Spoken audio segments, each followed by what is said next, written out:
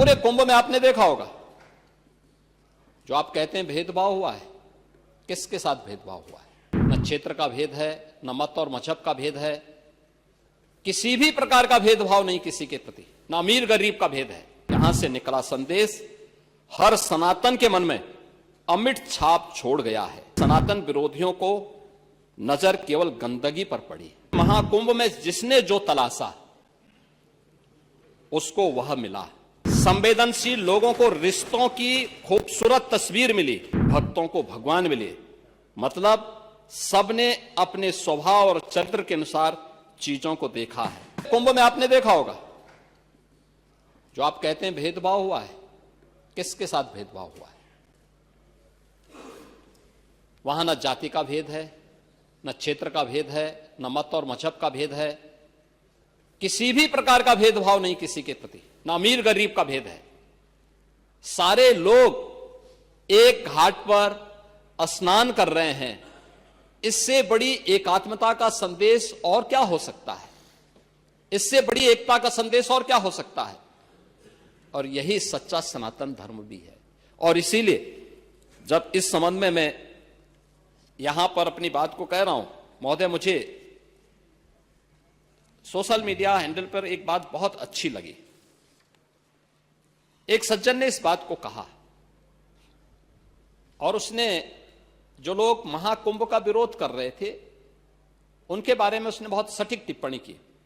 उन्होंने कहा कि पिछले 1.5 महीने में आप वामपंथियों, समाजवादियों की बाल खगाल लीजिए, महाकुंभ को लेकर के विश्व भ्रमण के अलावा कुछ नहीं दिखेगा।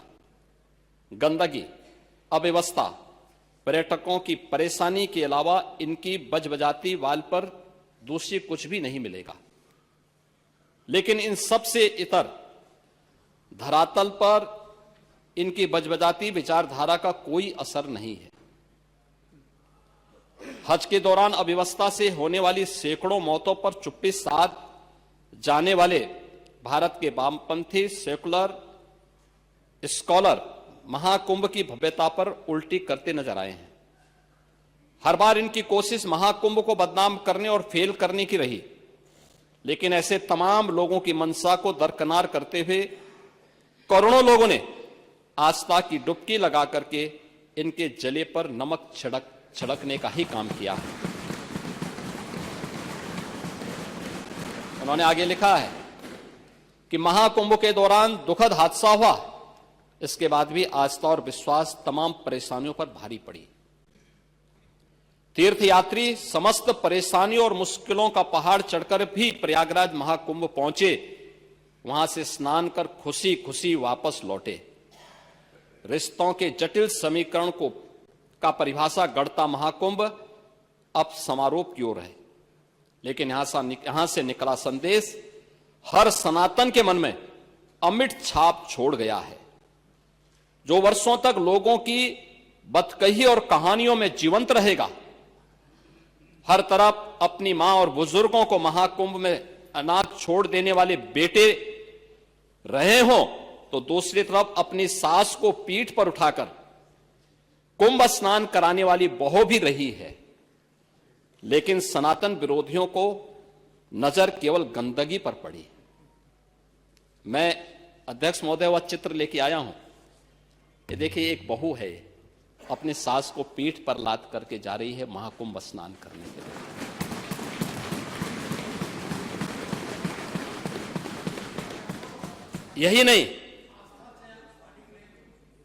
यही नहीं, आगे एक और बात कहते हैं। किसी ने सच कहा कि महाकुंभ में जिसने जो तलाशा उसको वह मिला।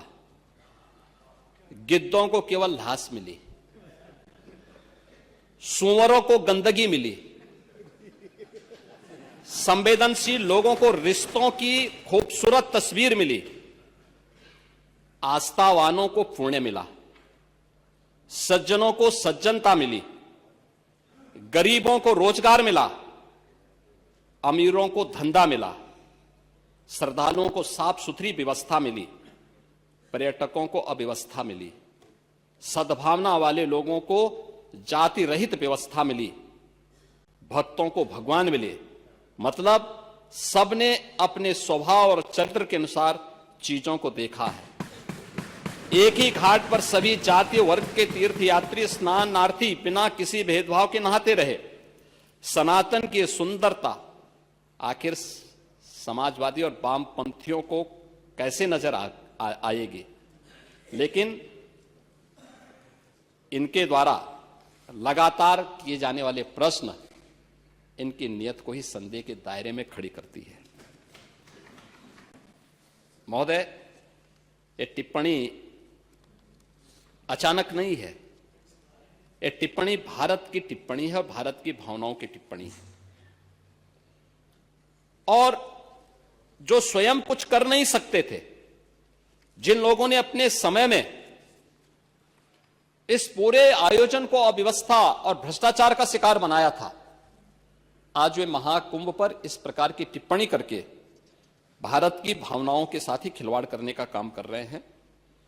और मैं तो केवल इस बारे में एक बात कहना चाहूंगा कि महाकुंभ ने पूरी दुनिया को भारत की सनातन एकता का संदेश देकर के एक भारत श्रेष्ठ भारत के प्रधानमंत्री मोदी जी के विजन को ही चरितार्थ करके दिखा दिया है कि विश्वास है तो पूरा भारत अपना सहयोग देने के लिए उतनी ही तत्परता के साथ खड़ा है जो महाकुंभ में दर्शन होता हुआ दिखाई दे रहा है। For exclusive and insightful videos, subscribe to our new channel ABP Live Premium.